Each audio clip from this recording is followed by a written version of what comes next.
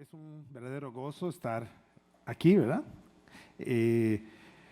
Pues celebrando, ser parte de esta celebración histórica, somos parte de la celebración histórica, 100 años de la amada Iglesia de Antioquía. Y en lo personal, pues es muy, como ya se dijo, muy especial para mí ser parte de esta celebración, porque por 25 años de mi vida, ¿verdad? Pues Antioquía como iglesia fue parte también de mi historia personal, ¿verdad? Así que por la gracia del Señor, aquí crecí, aquí conocí el Evangelio, aquí fui desafiado, ¿verdad?, a servir al Señor y bueno, aquí estamos ya, no les voy a decir cuántos años después, ¿verdad? Sí se los puedo decir, ¿verdad? Pero son más años los que he estado fuera que adentro de Antioquía, ¿no? Pero doy gracias a Dios por esta bendición de estar en esta celebración. Y hoy estaremos hablando precisamente de una iglesia con un corazón relacional. Vamos a estar meditando, reflexionando. ¿Cuál es la fibra básica de la iglesia? ¿De qué está compuesta en su sustancia más básica la iglesia? Es lo que estaremos reflexionando en esta noche y veremos cómo esto es lo que Dios usa para traer a personas a su reino. Bien, ¿qué es para ti la iglesia? Es una pregunta básica con la que queremos comenzar. ¿Será la iglesia un edificio? Bueno, quizá desde que nos da nuestra primera clase de catecúmenos, ¿verdad? Es lo que aprendemos. La iglesia no es el edificio, la iglesia son las personas. Esa es una frase ya estipulada, ¿no?, en todas esas clases, que nos quede claro que la iglesia no es un edificio. No obstante, ¿verdad?, muchas veces para nosotros, para muchos de nosotros, como que la iglesia es el edificio, ¿no? Y el ministerio a veces de un cuerpo de creyentes se circunscribe a un edificio, a mejorar un edificio, a agrandar un edificio, a mantener un edificio. Y no estoy en contra de los edificios, por supuesto. Qué bueno, gracias a Dios por los edificios. Y qué maravilloso trabajo se ha hecho en este edificio, ¿verdad?, en el que estamos. No es como yo crecí aquí, ¿verdad? Tenía su belleza también, ¿verdad? Nos encantaba. Pero ahorita, pues, no me quejo por el aire acondicionado, por supuesto, ¿verdad? Pero la iglesia, por supuesto, no es un edificio. Sin embargo, a veces nos comportamos en el ministerio cotidiano de todo lo que hacemos como si la iglesia fuera un edificio. O bien, ¿será la iglesia un club para santos? Y obviamente santos entre comillas, ¿no? Santos vaya en su definición bíblica y teológica, sino aquellos que tienen la fachada perfecta, que tienen todos los cabos bien ataditos, ¿no? ¿Será que la iglesia es solo para estas personas, si es que existen? ¿No? ¿Será que la iglesia es esto? De tal manera que pues no nos interesa que vengan personas con sus vidas así medias desarregladas, no, que arreglen su vida primero antes de poder empezar a acercarse y escuchar lo que tenemos que compartir. Muchas veces así nos comportamos como iglesia, ¿no?, como si fuera un club para santos. Aquí solamente personas con cierta fachada pueden entrar y nos incomoda que llegue alguien diferente y no sabemos qué hacer con él porque viene a desajustar nuestro perfecto esquema, ¿no? ¿Será que la iglesia es solamente un club para santos? O bueno, ¿será que la iglesia es una plataforma de poder? ¿No? Yo siempre he pensado que a veces hay muchas personas que tenían aspiraciones políticas y se frustraron en el campo de la política y creen que la iglesia de eso se trata, ¿no? Y entonces cuando va a haber reunión congregacional, sobre todo si es para reelección del pastor, ¿verdad?, empiezan a acarrear, ahora sí, a todos. Oye, no vayas a faltar porque no nos vayan a ganar los del otro bando. ¿Será que la iglesia es esto? ¿De eso se trata la iglesia? ¿Una plataforma de poder? O bueno, ¿será que la iglesia es una propiedad familiar? No, pues es que mi abuelita donó el terreno donde está el templo, entonces la familia X pues tiene ciertos privilegios ante los demás, ¿no? O sea, siempre debe haber cierta familia en los lugares de liderazgo porque nosotros somos fundadores, ¿no? De Antioquía, por ejemplo, ¿no? ¿Será que la iglesia es esto, una propiedad familiar de tal manera que nadie puede decidir más que nosotros? En fin, ¿será que esto es la iglesia? O bien, ¿será que la iglesia es, por ejemplo, una minita de oro? Es donde puedo encontrar mi sustento, es donde encuentro quizá una manera de sobrevivir. ¿Será todo esto la iglesia? Bueno, ¿por qué es importante tener un concepto correcto de lo que es la iglesia? Porque de acuerdo con tu visión de la iglesia, será tu práctica de ministerio. De acuerdo con lo que tú creas que es la iglesia, esto se va a reflejar en lo que hagas en la vida diaria, en el ministerio de la iglesia. ¿Sí? Si yo creo que la iglesia es un edificio, pues cuando yo vea las cosas que hacemos como comunidad de fe, vamos a ver que pues, se trata todo de un edificio, de cuidarlo, de edificarlo, de limpiarlo, ¿no? Si yo creo que la iglesia es un club para santos, entonces no voy a tener ningún interés en que personas que están completamente lejos de Dios se acerquen a escuchar, que vengan y escuchen. No. Primero que arreglen sus vidas y luego veremos si se pueden acercar a escuchar lo que tenemos para compartir. Si creo que la iglesia es, por ejemplo, una propiedad familiar, entonces pues me estaré cuidando de que nadie más que mi familia esté en esos lugares. En fin, este es el punto. De acuerdo con nuestra visión de la iglesia, será nuestra práctica de ministerio. Entonces, es una reflexión muy importante. ¿Cuál será nuestro concepto de iglesia? ¿Qué estamos pensando que es la iglesia? Pues miremos lo que hacemos, nos va a dar una buena idea. ¿A qué nos dedicamos en nuestra programación? ¿Qué actividades hacemos? ¿De qué se trata lo que hacemos? Esto nos va a dar un indicador de qué concepto tenemos de lo que es la iglesia. Sin embargo, pues tenemos que ir a la palabra y tenemos que ir a la escritura para ir adentrándonos a la idea que Jesús tiene de su iglesia y lo que debemos ser como iglesia. ¿Y qué es lo más básico, el concepto más básico de lo que es la iglesia para que nuestro ministerio refleje precisamente eso? Y hay un pasaje del cual me gustaría partir esta noche, allá en Lucas capítulo 15, versículos 1 y 2. Si reconoces el pasaje, después de estas palabras hay 3 parábolas muy conocidas y muy famosas. ¿Te acuerdas cuáles son? La oveja perdida, la moneda perdida y el hijo perdido, o también conocido, el hijo pródigo, mejor conocido como el hijo pródigo. Pero las 3 historias que Jesús narró dan esa idea de que algo se pierde y luego se encuentra y hay un gozo tremendo por porque se encontró lo perdido, ¿no? Se recuperó lo perdido. El caso de la moneda, el caso de la oveja y el caso del hijo. Y estas 3 parábolas tienen como antecedente o como introducción estos versículos. Y dice Lucas 15, 1 y 2.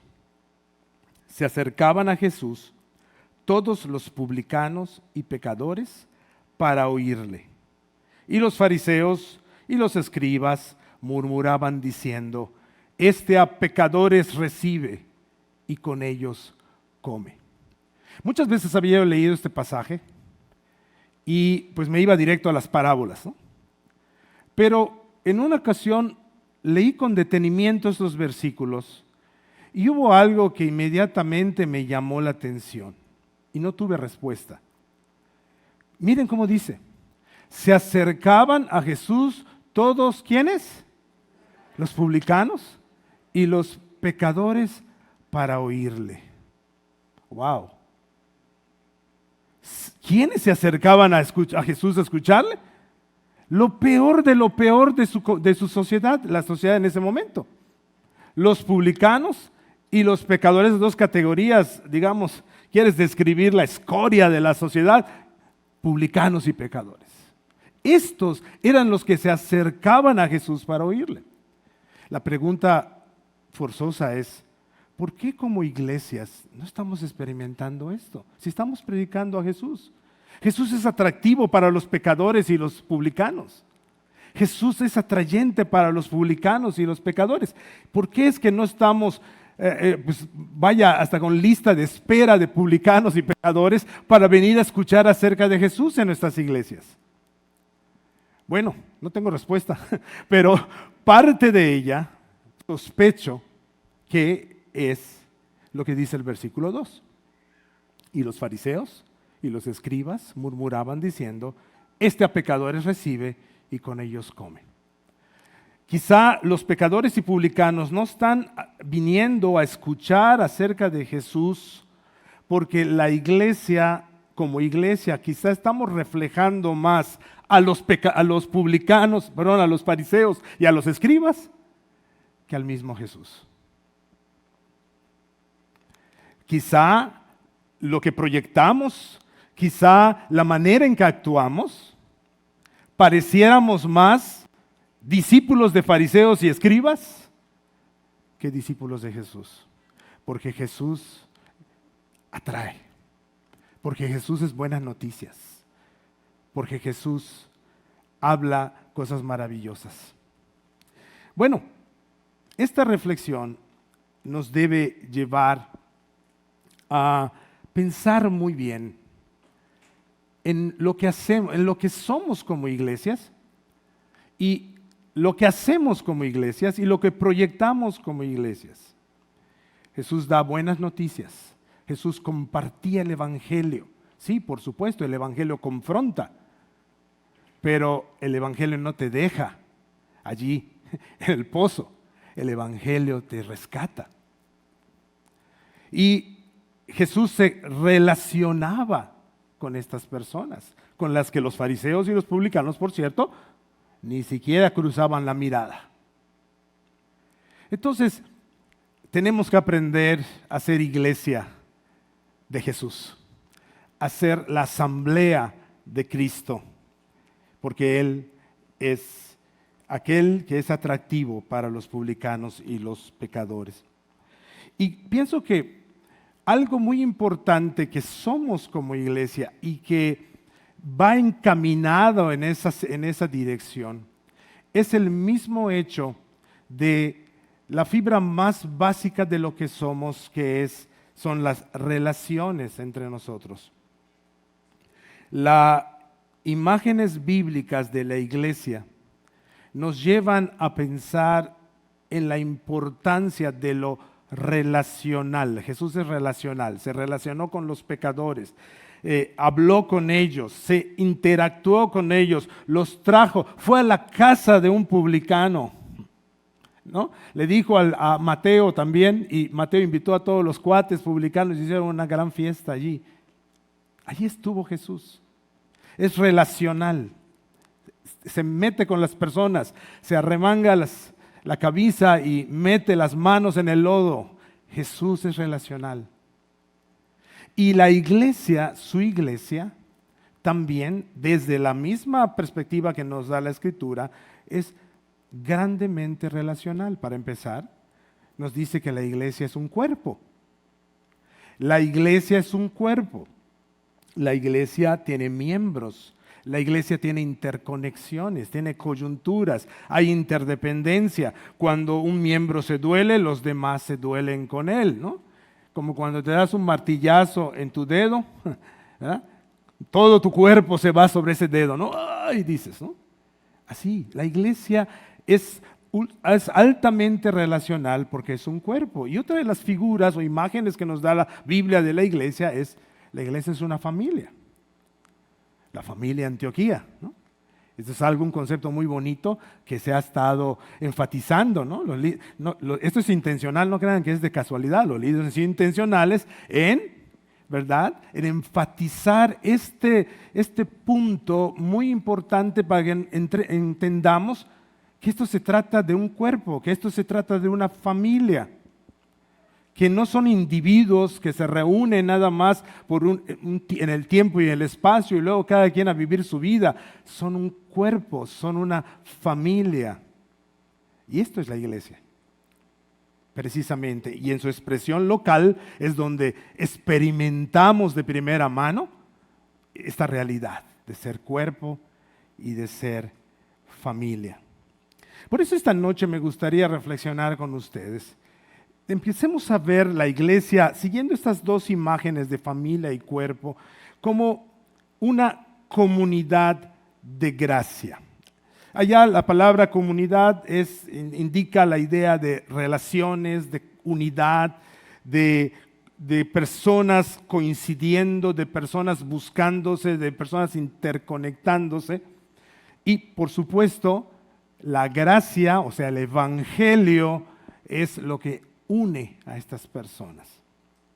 Por eso me gustaría hablar esta noche y que salgamos de este lugar con esta mentalidad de la iglesia como una comunidad de gracia.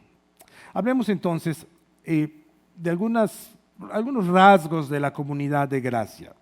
Una comunidad de gracia es primeramente una familia, precisamente. Dice Efesios 2:19, por tanto, ustedes ya no son extraños ni extranjeros, sino conciudadanos de los santos y miembros de la familia de Dios. Y en Efesios 2 es un pasaje precioso donde nos dice acerca del pueblo de Dios, que de los dos pueblos ha hecho uno. Y ahora somos conciudadanos de los santos y somos miembros de la familia de Dios. Por eso nos decimos hermanos, ¿no? Porque somos miembros de una familia. No nos decimos hermanos porque no nos sabemos el nombre de la otra persona, ¿verdad? ¿Qué tal, hermano? Ay, ¿cómo se llamaba? Ay, se me olvidó. ¿No? Es una salida fácil llamarle hermano en la iglesia a cualquiera cuando no sabe su nombre. Es muy importante que nos aprendamos nuestros nombres mejor, ¿verdad? Pero, ¿por qué nos llamamos hermanos? Porque somos familia. Somos familia. Y esto es lo que es una comunidad de gracia. Se experimentan estas relaciones cercanas, intencionales y este sentido de interconexión e interdependencia. Bien, una comunidad de gracia también, en una comunidad de gracia se vive en y por el evangelio. Lo que une a este grupo de personas no es una afición, no es, no sé, un pasatiempo que comparten, una afinidad, no. Lo que los une es el evangelio de Jesucristo, la gracia de Dios expresada en sus corazones. Filipenses 3, 4 al 9 nos habla precisamente de ese evangelio. Y dice el apóstol Pablo: yo mismo tengo motivos para tal confianza. Si cualquier otro cree tener motivos para confiar en sus esfuerzos humanos, yo más, circuncidado al 8º día, del pueblo de Israel, de la tribu de Benjamín, hebreo de pura cepa, en cuanto a la interpretación de la ley, fariseo, en cuanto al celo, perseguidor de la iglesia, en cuanto a la justicia que la ley exige, intachable. Sin embargo, todo aquello que para mí era ganancia, ahora lo considero pérdida por causa de Cristo. Es más, todo lo considero pérdida por razón del incomparable valor de conocer a Cristo Jesús mi Señor. Por Él lo he perdido todo y lo tengo por estiércol, a fin de ganar a Cristo y encontrarme unido a Él. No quiero mi propia justicia, mi propia rectitud, que procede de la ley, sino la que se obtiene mediante la fe en Cristo, la justicia que procede de Dios basada en la fe. Aquí Pablo está diciendo la esencia del evangelio. Estamos siempre pensando que lo que nos sostiene nuestra relación con Dios son es nuestro desempeño, el ser buenos chicos, ¿verdad? Y buenas chicas, el venir a la iglesia, a los hermanos allá en nuestra sede de Cauquel, que estamos bajo una lámina, le decimos venir aquí a pasar calor, ¿verdad? Eso es parte de vaya a estar en el Señor y vaya y ganarte algo, alguna estrellita delante de Dios. Muchas veces pensamos que esto es lo que sostiene nuestra relación con Dios. Pablo está diciendo, todo esto es estiércol. En la Reina Valera dice basura, más específicamente la palabra es estiércol. Y está muy elegante la palabra, ¿verdad? Podríamos decirlo de muchas otras maneras. Entonces, todo esto no sirve de nada, porque nada en nosotros nos puede poner en una posición correcta con Dios. Tuvo que ser Cristo Jesús.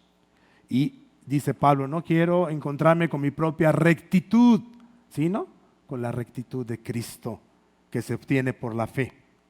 El Evangelio entonces son buenas noticias, porque somos peor de lo que pensamos, pero Dios nos ama más de lo que imaginamos. Eso nos dice el Evangelio.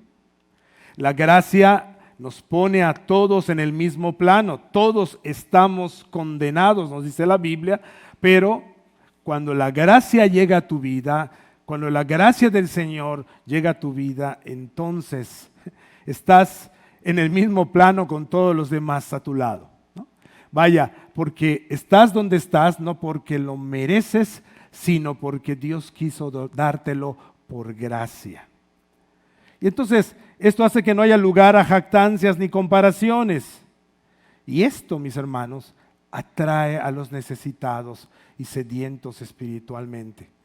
Cuando nosotros nos ponemos muy farisaicos y pensamos que nosotros somos mejores que los que están afuera, no, los repelemos, ¿verdad?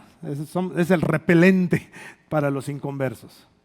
Pero cuando empiezas a hablar de buenas noticias, cuando empiezas a hablar de la realidad de tu vida y de tus propias luchas, cuando empiezan a ver la realidad que hay en tu vida, que no eres perfecto, que ni tú ni yo somos perfectos y nunca lo seremos, que si estamos aquí es solo por gracia, solo porque Dios tuvo misericordia de nosotros, y si somos lo que somos es por su gracia, entonces esto es sumamente atrayente. Y las personas que no conocen al Señor empiezan a tener como comezón de escuchar. Una persona que refleja el Evangelio es una persona que llega donde está el necesitado y sediento espiritualmente. Entonces, en una comunidad de fe, de gracia, se vive de esta manera en el Evangelio. En la perfección que es Cristo Jesús, que ha hecho aceptos a personas imperfectas como nosotros delante del Señor. Y bueno, en esa comunidad de gracia también, una tercera característica, se crece en el amor a Jesucristo.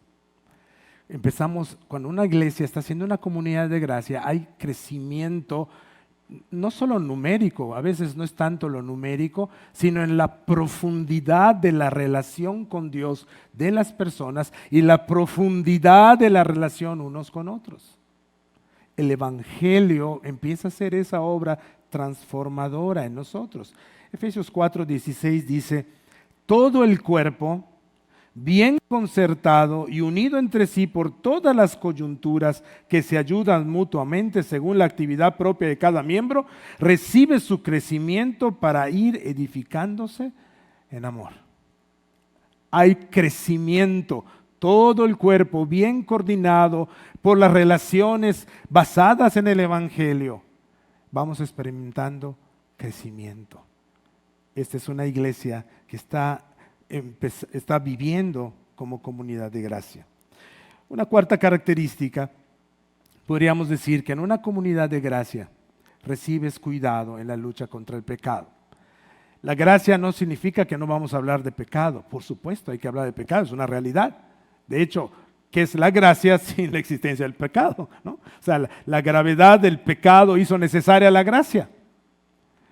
Y bueno, Hebreos 3, 12 y 13 dice, mirad hermanos, que no haya en ninguno de vosotros corazón malo de incredulidad para apartarse del Dios vivo. Antes, exhortaos los unos a los otros cada día, entre tanto que se dice hoy, para que ninguno de vosotros se endurezca por el engaño del pecado. El pecado es una realidad y fíjate cuál ha sido la respuesta que Dios ha dado a su iglesia para el cuidado con el pecado. ¿Cuál es? Exhórtense unos a otros. Necesitamos a la iglesia. Necesitamos a nuestros hermanos para que nos exhorten. Y también nosotros exhortar a otros en una comunidad de gracia. Esto es lo más normal del mundo, que estemos estimulándonos al amor y a las buenas obras, que estemos animándonos, que estemos exhortándonos, que estemos cuidándonos en amor, por supuesto, no como policías ni como fariseos, sino en la gracia, sabiendo que yo estoy donde estoy por la gracia de Dios. Así me acerco a los demás y comparto esa gracia con mi hermano y le advierto de ciertas cosas, le animo a otras y nos cuidamos mutuamente, porque dice la Escritura que el pecado endurece el corazón y necesitamos esa exhortación. Y en una comunidad de gracia, nuevamente, donde las relaciones son cristocéntricas, esto es el pan diario, no es la excepción, es lo cotidiano. Necesitamos entonces ser una iglesia relacional. La fibra más básica de la iglesia precisamente son esas relaciones, como pueden ver. Las relaciones en la familia, las relaciones para crecer, las relaciones para cuidarnos unos a otros. Así que cuando vienes al culto, por ejemplo, el domingo, no vengas con una mentalidad individualista. Vine a alabar a Dios. ¿Te acuerdas del canto? Vine a alabar a Dios, ¿no? Está bien, esta es una expresión muy bonita. No obstante, ten cuidado de que ese individualismo al que estamos acostumbrados en esta época no se meta en tu mente. Cuando vienes al culto, estás viniendo a un tiempo de comunidad. Es un encuentro con tus hermanos. Eso hace gran diferente el domingo, la reunión dominical o la reunión de la iglesia con otros tiempos. Porque adoración es toda la vida, lo sabemos, ¿no? Pero cuando nos reunimos con nuestra familia a adorar como comunidad, es un momento muy especial. Así que no perdamos de vista ese sentido de comunidad de gracia. La iglesia Antioquía debe ser esa iglesia relacional, donde entendamos la importancia de ello. Porque la iglesia es la estrategia de Dios para alcanzar el mundo. Cristo no estableció nada más. No estableció una institución, una empresa. No, Cristo estableció su iglesia. Y dijo, vayan y hagan discípulos a todas las naciones. Entonces, la iglesia, la comunidad de los creyentes es la estrategia de Dios para transformar el mundo. Obviamente, no solo Antioquía, ¿verdad? Todas las iglesias, representadas en una iglesia local, pero es debe ser nuestra visión que nos veamos de esa manera. La iglesia es la estrategia de Dios para alcanzar al mundo. Entonces, hemos enfatizado el asunto de comunidad. Veamos el otro concepto también, explorémoslo un poquito más. El concepto de gracia, que es tan importante para que esas relaciones florezcan, se fortalezcan y se proyecten hacia afuera. La gracia. ¿Qué es la gracia? Bueno, la gracia es un atributo de Dios por el cual Él da toda bendición que da, no porque las merezcamos, sino porque Él se complace en dar con amor y para su gloria. Es maravilloso esto. Dios da bendiciones y se las da a personas que no las merecen. Pero al hacerlo, Él trae mayor gloria a su nombre. Porque cuanto más indigno es el que recibe, más glorioso es el que da.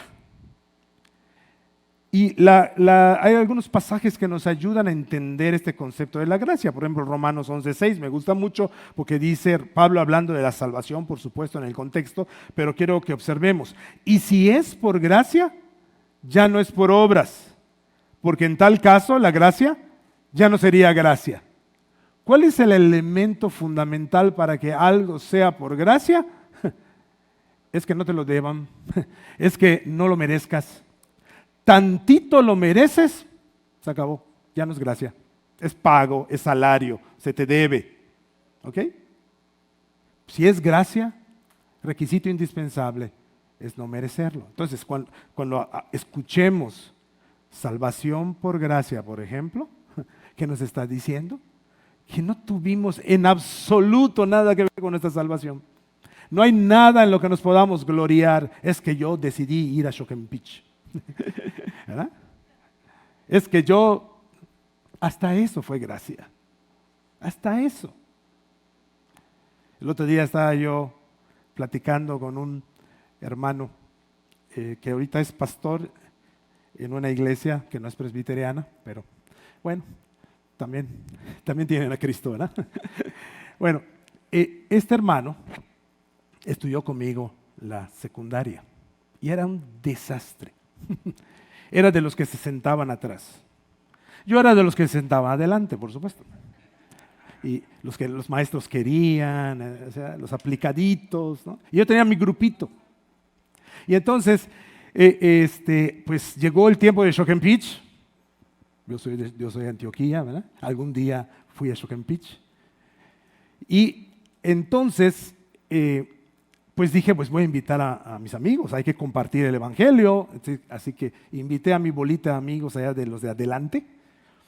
Y todos me dijeron, oye, sí voy. Ay, estoy emocionado, ya sabes.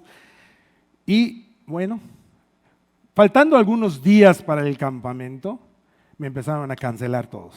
Es que no voy a ir, es que no sé qué, es que voy a salir en la comparsa, no sé qué. Es que, ¡pum! Estaba yo platicando con la última persona que me estaba cancelando cuando pasó aquel, ¿verdad? Así de pasadita.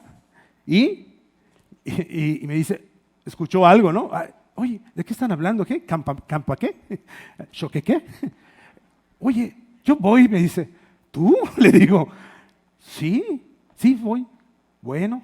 Oye, pero cuesta 150 pesos, ¿vas a ir? No sé cuánto costaba. Estamos hablando hace, ¿verdad? Y entonces, sí voy. Y efectivamente al día siguiente me trajo su inscripción. Entonces ya saben, todo el relajo, el tren, el camión de redilas, todo el show. Todo el show de Shokenpich antiguo. Y fuimos. Y ese día, este hermano, en ese campamento, ¿verdad? Él conoció el evangelio y se arrepintió de sus pecados y entregó su vida a Cristo. Y comenzó a venir aquí, pero luego se fue a otra iglesia, bueno, y acabó por otro lado. Pero, lástima, ¿no? No digo yo, pero no, gracias a Dios, ha sido un gran hermano. Y el otro día me invitó a predicar en su iglesia, por cierto, ¿no? Y fue muy hermoso contar esta historia. El que menos pensaba, ¿verdad? Yo ni por aquí se me ocurría, fue el que fue alcanzado por gracia. Pero sabes, esa historia no es rara. Esa es tu historia, esa es mi historia. Yo crecí en esta iglesia y estaba tan perdido como quien quieras tú decir. Tan perdido. Yo crecí en esta iglesia. Me enseñaron desde bautizado al 8º día. ¿Verdad?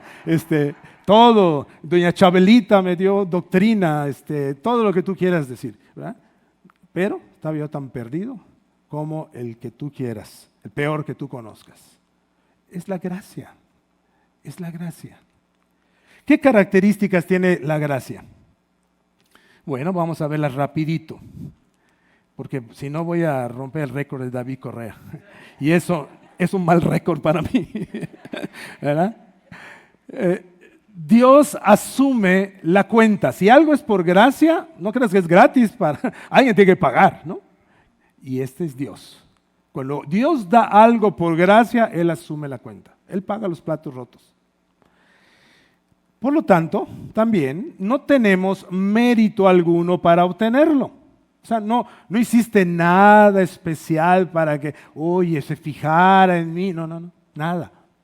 No tienes mérito alguno. Es más, no solamente no hiciste algo bueno para llamar la atención, sino hiciste todo lo contrario. No lo mereces. Hiciste todo lo necesario para no merecerlo. Por lo tanto, no tenemos ni el más mínimo espacio para la jactancia. No tenemos nada que presumir. Es que yo soy pastor, es que yo soy anciano. No tienes nada que presumir. Es todo por gracia. ¿Te das cuenta cómo nos humilla la gracia? Nos deja, nos pone en nuestro lugar, todos los que nos sentimos así, los reyes, ¿no? Dios debe estar fascinado conmigo, es que yo soy una maravilla, ¿no? Es gracia nada más. Por supuesto, la gloria es solo para Dios. Dios lleva toda la gloria, todos los aplausos, toda la alabanza. Esta es la gracia, imagínate, este es lo que Dios ha dado a su iglesia. Y cuando vivimos relaciones en la gracia de Dios, en el Evangelio, es una transformación que se va dando en nuestro entorno eclesiástico. La gracia es muy importante por lo visto. Cuando una iglesia no es una comunidad de gracia, también hay ciertas características. Comenzamos a regirnos más por las reglas humanas que por la palabra de Dios. Nos empiezan a importar más nuestras reglas, que no estamos diciendo que no sea importante poner reglas de orden, son importantes. Las autoridades pueden poner reglas, pero cuidado, las reglas que nosotros ponemos como autoridades no son palabra de Dios, ¿no? Son cuestionables, podemos platicarlas, pueden cambiar, de hecho. Las reglas de Dios nunca. Así que no equiparemos nunca las reglas humanas a las reglas de Dios. Eso es lo que hacían los fariseos, por cierto. Se rige entonces más por las reglas humanas que por la palabra de nuestro Dios. También se desarrolla, cuando una iglesia no está viviendo como una comunidad de gracia, se desarrolla una actitud de condenación los unos a los otros. O sea, estamos viendo que está haciendo mal el hermano nada más, pero no por amor y corregirlo, ayudarlo, sostenerlo, llevar las cargas unos de otros, no porque al hacerlo nos sentimos mejores que él. Yo me acuerdo, era niño, nos pedían cuántos capítulos leíste. Yo siempre decía 5 para no fallar, aunque a veces mentía, la verdad. 5 para, se oía así tranquilo, no se veía tan exagerado, ¿no? Pero obviamente cuando sí leía, estaba yo esperando, y maestra, no nos va a preguntar cuántos capítulos, ¿no? ¿Por qué? Porque al hacerlo, yo soy mejor que ellos. Yo soy mejor que que no leyó nada. Qué mal cristiano. La preocupación está en mantener una buena fachada. Lo que nos interesa es que los demás vean lo bonito que somos. Venimos en el carro peleándonos, ¿no?, con la esposa, discutiendo, estoy harto, ya me tienes cansada, pero algo pasa mágico, ¿verdad? Cuando atravesamos esa puerta, ¡tran!, ¿no? Algo pasa. Y paz, paz, cuán dulce paz. Y ya, luego le seguimos, luego le seguimos. La fachada es lo que más nos importa. Pero así nunca se va a solucionar nada. Tenemos que ir a la profundidad de la raíz. Y eso es donde llega el Evangelio, es donde llega la gracia. Pero cuando somos una iglesia que no vive como una comunidad de gracia, la fachada es lo que nos importa nada más. Hay poca preocupación real por los de afuera de la iglesia. Realmente no nos interesa mucho, estamos muy contentos. Me acuerdo un hermano que me decía, pastor, ya somos 220 personas, ¿para qué queremos más? ¿Para qué queremos seguir hablando de Cristo? Ya somos muchos. ¿Verdad? Claro, hermano, como ya te tocó a ti, ¿verdad? Y todos los que no conocen, ¿cómo van a conocer? Dice el apóstol Pablo, si no hay quien les predique. Hay muy poca preocupación real por los de afuera. Hay muy poca disposición para dejar la comodidad personal para alcanzar al necesitado espiritualmente, ¿no? Yo ya tengo mi silla, antes eran bancas, ¿verdad?, mi silla específica, porque allá da muy fuerte el aire, o aquí sí da el aire bien, ¿no? Ya tengo, entonces llegamos y hay otra persona, ¡ay, qué barbaridad! No nos importa si esta es la primera vez que está viniendo esta persona y el hermano que lo trajo hace años que está orando porque por primera vez aceptó venir y está escuchando por primera vez. No nos gozamos de eso, nos molestamos porque ganaron nuestro lugar. No estamos pensando en alcanzar a otros. Solo estamos pensando en nosotros. Así que la gracia debe transformar nuestras comunidades, nuestras iglesias, y transformarlas en una comunidad de gracia. Pero hay buenas noticias, porque precisamente eso es lo que hace la gracia. Tito 2, 11 al 13 nos dice: en verdad Dios ha manifestado a toda la humanidad su gracia, la cual trae salvación. Muy acostumbrados a escuchar salvación por gracia, ¿verdad? Pero fíjate que dice, y nos enseña. La gracia entonces no solo nos salva, sino también nos enseña. ¿A qué nos enseña? A rechazar la impiedad y las pasiones mundanas. Así podremos vivir en este mundo con justicia, piedad y dominio propio mientras aguardamos la bendita esperanza, es decir, la gloriosa venida de nuestro gran Dios y Salvador Jesucristo. La gracia es una gran maestra. La gracia nos enseña a vivir la vida cristiana. A veces pensamos que si hablamos mucho de gracia, los hermanos van a agarrar una vida de libertinaje, ¿no? Es lo que pensamos. No hables mucho de gracia, hay que hablarles fuerte y duro, y el pecado, y darles bibliazos, porque si no, se van a ir. Claro, corremos algún peligro por allá, ¿verdad? Somos terquitos en eso. No obstante, la Biblia nos está diciendo que la gracia es una maestra, nos enseña a despreciar la impiedad, a rechazar la impiedad y las pasiones mundanas. Entonces, contra la lucha contra el pecado, necesitamos gracia. Entender la gracia, entender el Evangelio, profundizar en el Evangelio. Es lo que necesitamos. No solo reglas y reglas, sino gracia. La gracia, por lo tanto, no solo es para la salvación, sino también nos enseña a vivir santamente. Otros pasajes que nos hablan de la gracia, como 1 Corintios 15, 9 y 10, admito que yo soy el más insignificante de los apóstoles, dice Pablo, que ni siquiera merezco ser llamado apóstol, porque perseguí a la iglesia de Dios, pero por la gracia de Dios soy lo que soy. Y la gracia que Él me concedió no fue infructuosa, al contrario, he trabajado con más tesón que todos ellos, aunque no yo, sino la gracia de Dios que está conmigo. La gracia te va a mover, la gracia es la que moviliza a las iglesias, la que nos pone donde nos debemos estar para proyectar el Evangelio a otros. Y Santiago 4:6 termina diciéndonos, pero Él da mayor gracia. Por eso dice, Dios resiste a los soberbios y da gracia a los humildes. Una iglesia que se humilla delante de Dios, que reconoce su necesidad, que se entrega a Cristo en verdad y empieza a vivir esas relaciones unos con otros, en esa gracia, en ese evangelio, en ese entendido de que cada uno está donde está por gracia, no por mérito. Entonces, cosas muy maravillosas comienzan a suceder y quizá los publicanos y los pecadores comiencen a venir y a venir y a venir. Y digamos, ya no nos dan 280 sillas, ¿qué vamos a hacer? ¿Eh?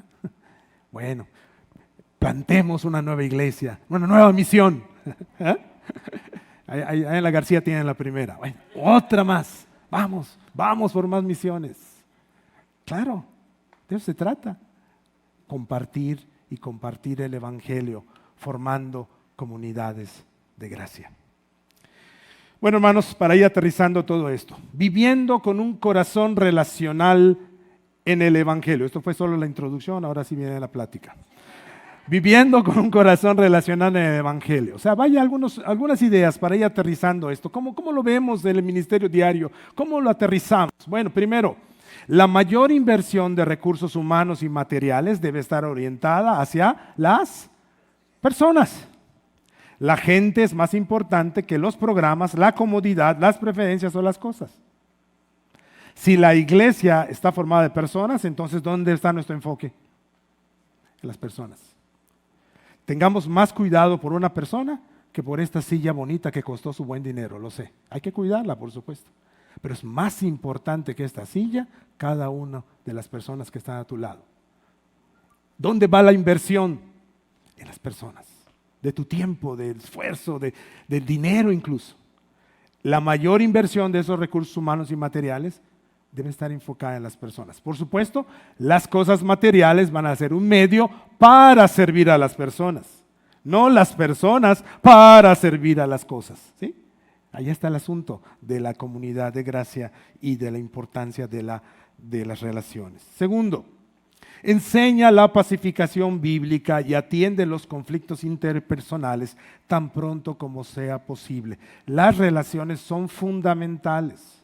Y cuando dejamos pasar un conflicto allá entre personas, entre nuestra misma iglesia, va creciendo. Dejarlo nada más al tiempo lo va a sanar. No, hay que atenderlo. Y la Biblia está llena de indicaciones, llena de principios de pacificación. Por eso es muy importante enseñar la pacificación bíblica.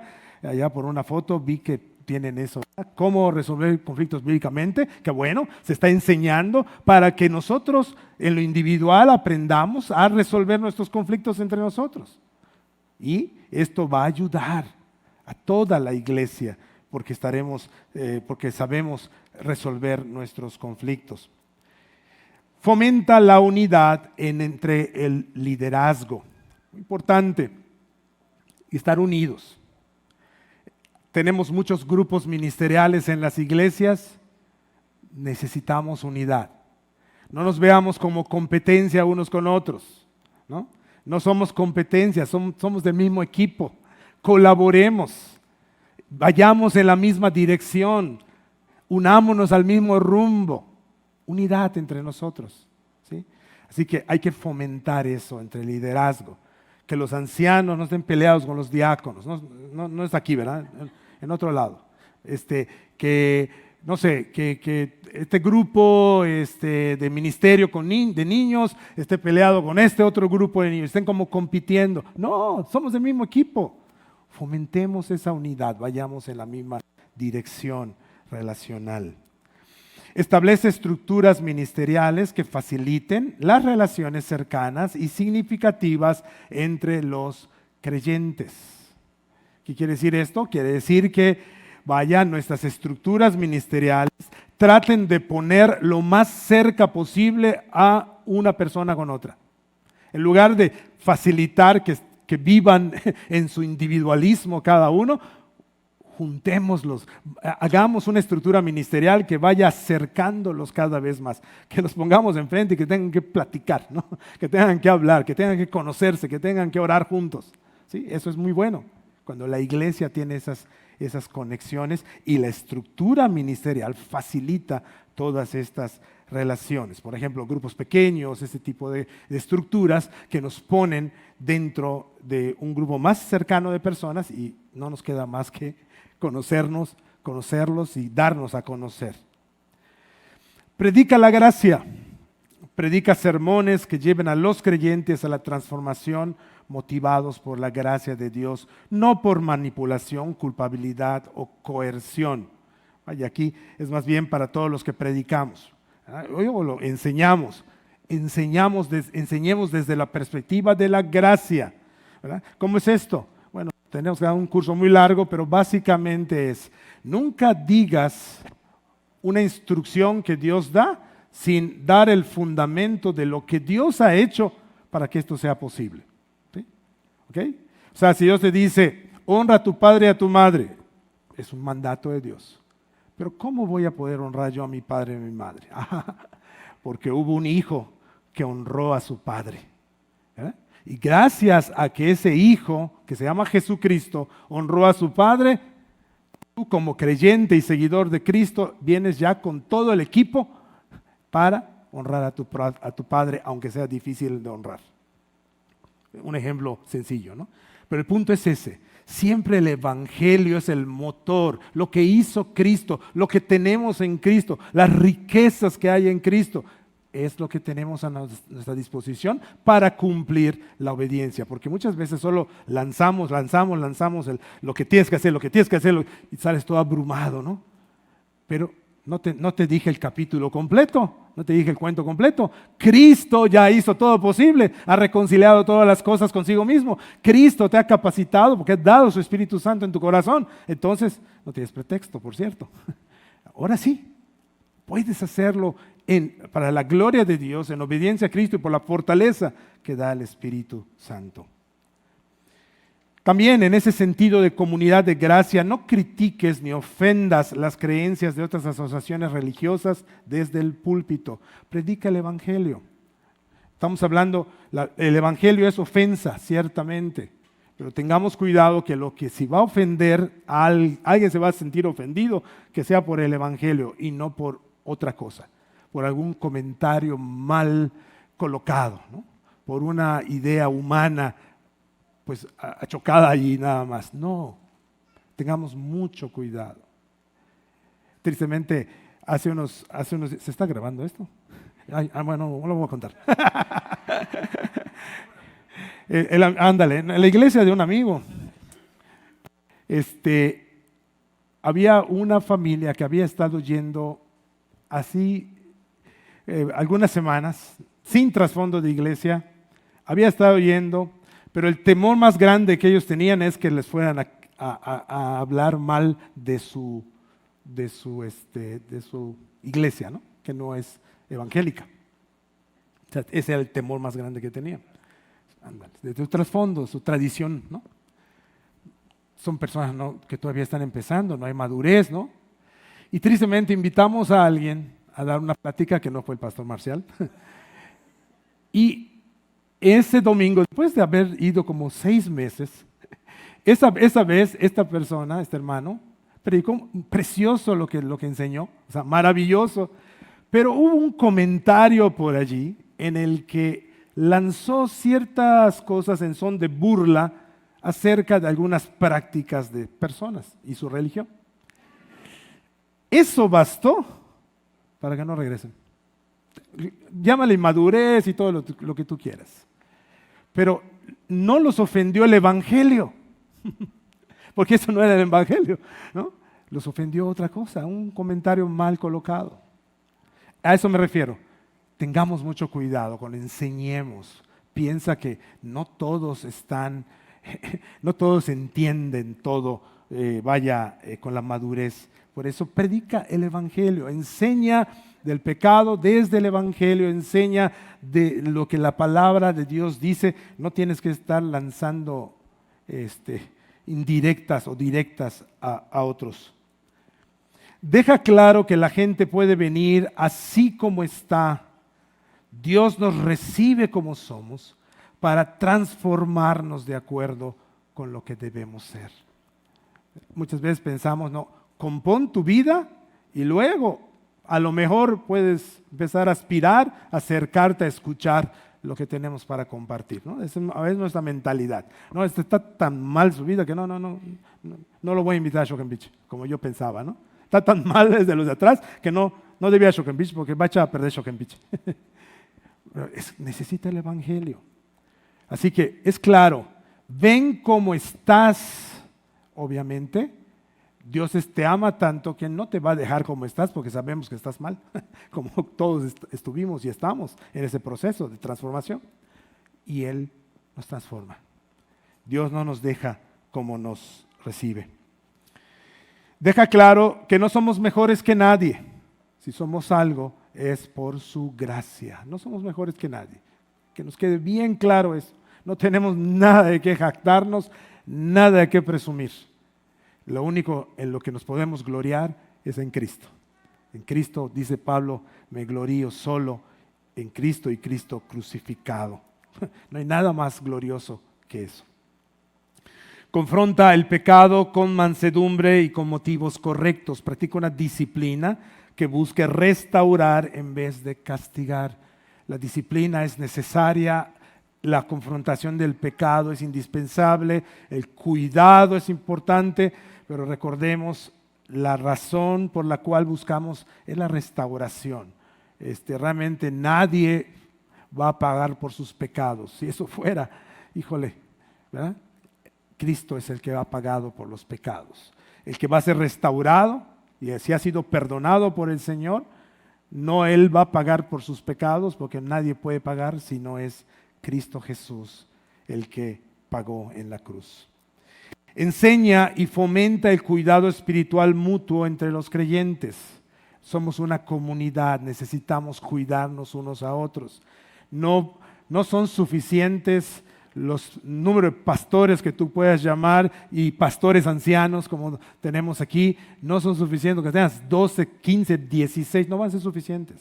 Los creyentes somos llamados a tener ese cuidado los unos de los otros. Los líderes nos ayudan, nos capacitan, por supuesto, y si hay una responsabilidad de supervisión y de cuidado de las ovejas. No obstante, es insuficiente. Necesitamos aprender a cuidarnos unos a otros y estar pendientes unos de otros. Fomenta y modela una actitud de paciencia en el proceso de santificación de cada persona. En una comunidad no todos estamos yendo al mismo ritmo, vamos a tener que tener paciencia con algunos hermanos, ¿verdad? A veces es muy difícil, pero hay que tener paciencia. Una vez más, hermanos, nos sentamos y le explicamos nuevamente. Y al término de la explicación nos vuelve a hacer la misma pregunta, ¿verdad? ¿Verdad? Bueno, ten paciencia, ten esa actitud de paciencia porque eso es lo que Dios ha hecho contigo y conmigo. Nos ha tenido paciencia en nuestro proceso de santificación. Y si estamos en un entendimiento de las cosas diferente al de los demás, es porque Dios tiene gracia para con nosotros. Sirve con humildad y sencillez de corazón. La gracia se manifiesta en un servicio gozoso, ¿no? No estás buscando reflectores, no estás buscando renombre, no estás buscando que aparezca tu nombre en los créditos. ¿Qué importa eso? Lo importante es que el Evangelio fue predicado, lo importante es que alguien fue alcanzado con el Evangelio, es todo lo que importa. Y si nadie se acuerda de mí, bueno, no importa, que se acuerden de Cristo. ¿Te acuerdas de Pablo? Estoy en la cárcel, me está yendo como en feria, pero Cristo está siendo predicado y en eso me gozo. En eso me gozo y en eso me gozaré. Así que sirve con humildad y sencillez de corazón. Fomenta y modela una actitud de apertura hacia las personas. Debemos estar gozosos de que vengan personas, ¿no? Las personas que vengan y nos meten en problemas, pero es un bonito problema cuando llegan personas. ¿Y qué vamos a hacer con ellas? ¿No? Es bonito, pero por eso tenemos que movernos. Pero esa actitud de recepción, de alegría de que hayan personas acercándose al Señor. Establece puertas de entrada preparadas especialmente para que las personas no creyentes conozcan a la comunidad. Deja que la gente de afuera conozca a la gente de adentro. Es maravilloso lo que sucede cuando un no creyente es puesto en medio de una comunidad cristiana que es comunidad de gracia. Muchos quedan abrumados por lo que ven, algo es sorprendente para ellos. En fin, la misma comunidad funcionando como comunidad de gracia es una tremenda estrategia evangelística. Así que esto es importante, porque si hay algo que tenemos para ofrecer como iglesias, es esa comunidad. Afuera no se vive eso, no se concibe que personas puedan poner sus dones, sus talentos, que en otro lado les estarían pagando por ello, los ponen al servicio del Señor gratuitamente para edificar a su iglesia. Eso abruma a las personas. Así que establece esas puertas de entrada donde personas no creyentes conozcan a tu comunidad. Ministrar también convencidos que lo único que transforma vidas es la gracia de Dios. No es la estrategia ministerial, no son las luces bonitas, no son las sillas cómodas, no es el aire acondicionado al final de cuentas. Todo eso lo tenemos ahí en la misión, ¿eh? Por eso lo menciono. No es nada de eso. ¿Qué es lo que transforma vidas al final de cuentas? La gracia.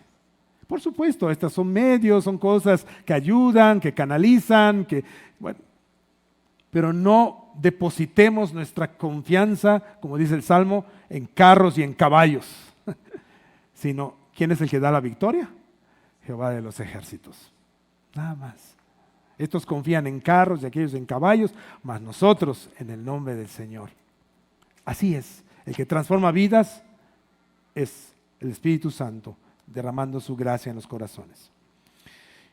Por último, celebra la obra de gracia en las personas. Haz fiesta por un pecador que se arrepiente. ¿Te acuerdas de Lucas 15? ¿Te acuerdas los pachangones que se armaron? Después de cada cosa encontrada, la moneda, ¿ya? Se la gastaron luego a la moneda, a la ovejita luego se la comieron. Y el hijo, pues no, ¿verdad? El hijo fue felizmente recibido por el Padre. Y esto es maravilloso.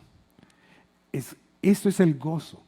Y hermanos, tenemos la bendición de estar en primera fila, viendo lo que Dios hace y transforma la vida de las personas. Es maravilloso. Miren, como pastor muchas veces nos alejamos mucho de las personas que no son creyentes. O sea, la verdad me preguntas, ¿cuántas veces has hablado con un no creyente de semana? Chispas, he hablado con muchas personas, pero todas creyentes, ¿no? Porque la iglesia te absorbe. Sin embargo, de cuando en cuando Dios es muy bueno, ¿no? Como esta semana tuve la bendición de platicar con un hombre, esta semana tuve la oportunidad de platicar con un hombre que no creyente, que estaba buscando desesperadamente hablar con alguien. Y la verdad que fue maravilloso ver nuevamente allá en primera fila ante mis ojos. No fui yo, no fueron mis palabras, porque no soy muy bueno para hablar, pero ahí estaba viendo cómo el Espíritu Santo hacía su obra en este hombre. Y la culpa, la losa que llevaba este hombre, depositada en Cristo, ¿no? Lo vi 2, 3 días después. Una transformación increíble. Estaba feliz, estaba gozoso y ya nos comprometimos a seguir estudiando la Biblia. Eso es Dios. Y eso es lo que Dios quiere hacer todos los días en su iglesia, a través de su comunidad de gracia. No nos perdamos esa oportunidad. No solo nos conformemos con, no sé, ¿verdad? Una vida religiosa, de rutina religiosa. Seamos comunidad de gracia. Una comunidad movida por el Evangelio. Una comunidad donde las relaciones están enfocadas en Cristo Jesús y en el extendimiento de su reino. Porque la iglesia es la estrategia de Dios para transformar el mundo. Y a Él sea la gloria. Amén.